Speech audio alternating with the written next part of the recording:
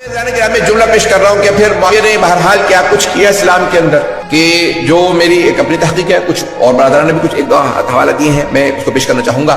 عزیزان کرام، اگر آپ اس میں غور کریں گے، یہ آج شب قدر آپ دیکھ رہے ہیں، کل رات شب قدر ہوگی، اس کو ذرا غور سے سنیے گا۔ 27ویں نہ اس پہ آیت ہے نہ حدیث ہے، لیکن سارے مسلمانوں کے درمیان میں 27ویں رائج ہے۔ کبھی آپ نے غور کیا 27ویں کیوں رائج ہے؟ کیونکہ جب مولا کی شہادت کی خبر آئی 26 ماہ رمضان کو مدینے میں، تو سب نے سوگ منایا سوائے ام المؤمنین کے، انہوں نے خوشی منائی۔ اور پھر جب شام خبر پہنچی تو معاویہ نے 27 کو جشن کا اعلان کیا اور کہا یہ افضل ترین رات ہے، کیونکہ آج ہمیں اچھی خبر ملی ہے، اس نے خوشیاں مناؤ۔ کیوں، کیا ہوا؟ کہا علی جو ہیں وہ کوفے میں سجدے کی حالت میں مسجد کوفہ کے اندر مار دیے گئے۔ شہید تو ہم کہہ رہے ہیں، وہ تو کہتا مار دیے، کیونکہ وہ مسلمان نہیں مانتا تھا مولا، تو وہ باقاعدہ ممبروں سے مولا کا نام لے کے توہین کراتا تھا، تبرہ کراتا تھا 40 سال۔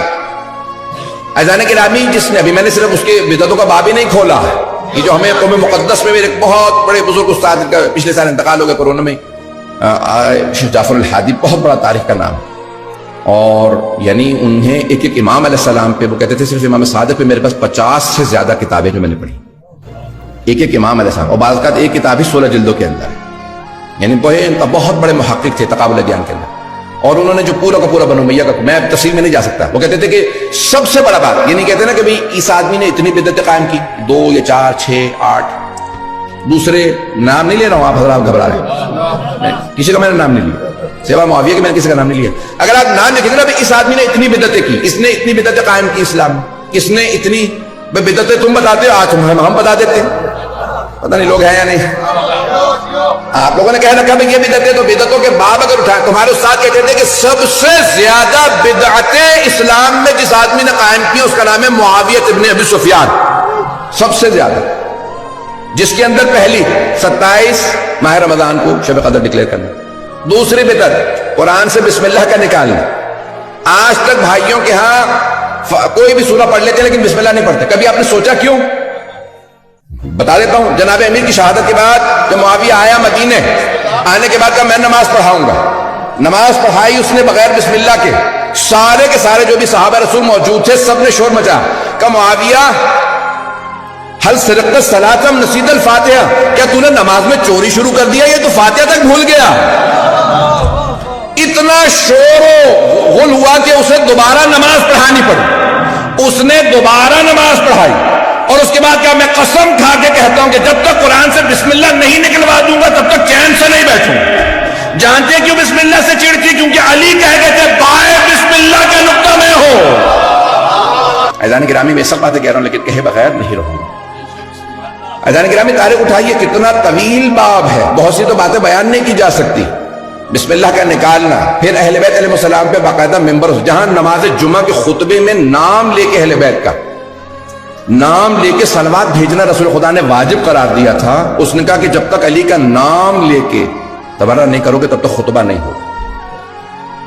اور شام والے تو یہی سمجھتے تھے کہ معاذ اللہ کوئی کافر ہے، یہاں تک کہ جب اعلان ہوا شام میں دمشق شہر میں کہ مسجد کوفہ میں حالت سجدہ میں علی کو مار دیا گیا، تو انہوں نے کہا بھی علی مسجد میں کیا کر رہے تھے؟ سجدے میں؟ تم نے تو بتایا تھا علی بے نمازی ہے، 1000 رکعت پڑھنے والا، کہا وہ بے نمازی، کس نے؟ معاویہ ابن ابی سفیان نے۔ آج تک ہمارے بھائیوں کے ہاں یہ حدیث موجود ہے، روایت موجود ہے، آج تک یہ موجود ہے، یہ یقین مانی جتنی بھی روایت میں پیش کر رہا ہوں یہ بھی کچھ بھی میں نے بیان نہیں کی جو میرے مطالعے کے اندر اس وقت، آج تک یہ روایت موجود ہے کہ وَمِنَ النَّاسِ مَن يَشْرِي نَفْسَهُ ابْتِغَاءَ مَرْضَاتِ اللَّهِ وَاللَّهُ رَءُوفٌ بِالْعِبَادِ، یہ جو آیت ہے سورہ بقرہ کی آیت نمبر 207 ظاہر توجہ ہے نا۔ یہ شب ہجرت جب جناب مولا کائنات بسر رسالت میں سوئے تو یہ آیت نازل ہوئی۔ مومنوں میں سے ایک ایسا ہے کہ جو اپنے نفس کو اللہ کی مرضات کی خاطر بیچ دیتا ہے نا، آئے ذہنوں میں۔ معاویہ نے ایک صحابی کو پیسے دیے، کہا کہ آپ کو پیسے دے رہا ہوں، کوئی ایسی حدیث بنا دو پیغمبر سے کہ کہو کہ یہ علی کے لیے نہیں آئی، یہ عبد الرحمن ابن ملجم کے لیے آئی۔ کس کے لیے؟ قاتل امیر المومنین کے لیے۔ اور آپ کے خیال میں ختم ہو گئی؟ نہیں، ابھی تک موجود ہے بہت سی کتابوں کے.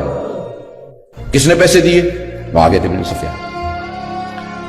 عزیزان گرامی، تو کچھ بھی نہیں ہے جو اس نے باب قائم کیا اہل بیت کے بغض کا، نفرتوں کا، اور پھر یہاں تک کہ مولا حسن کو زہر دیا. عزیزان گرامی، کیا کچھ نہیں ہوا اہل بیت علیہ السلام کے خلاف. ممبروں سے جناب امیر کی توہین ہوتی رہی 40 برس 70 برس مسلسل. ممبروں سے باقاعدہ واحد ایک صوبہ تھا پورے کے پورے حکومت اسلامی کے، جس کا نام تھا سیستان. یہاں سے آسیستانی سیستان، جس کو کہا گیا بعد میں پھر سگستان. سگ کہتے ہیں کتے کو، یعنی یہ کتوں کا صوبہ ہے، کیونکہ یہ علی کو تبرہ نہیں کرتے. واحد صوبہ تھا جس میں مولا علی علیہ السلام کا کہا نہیں، ہم علی پہ تبرہ نہیں کرتے.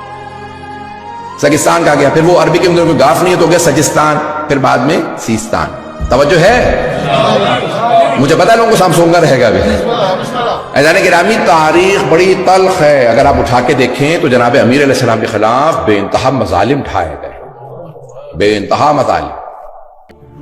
برائے مہربانی ہمارے اس چینل کو لائک کیجیے، شیئر کیجیے، کمنٹ کیجیے اور سبسکرائب کیجیے اور بیل آئیکن کو پریس کیجیے تاکہ آگے بھی ہماری ویڈیوز آپ کو برابر ملتی رہیں.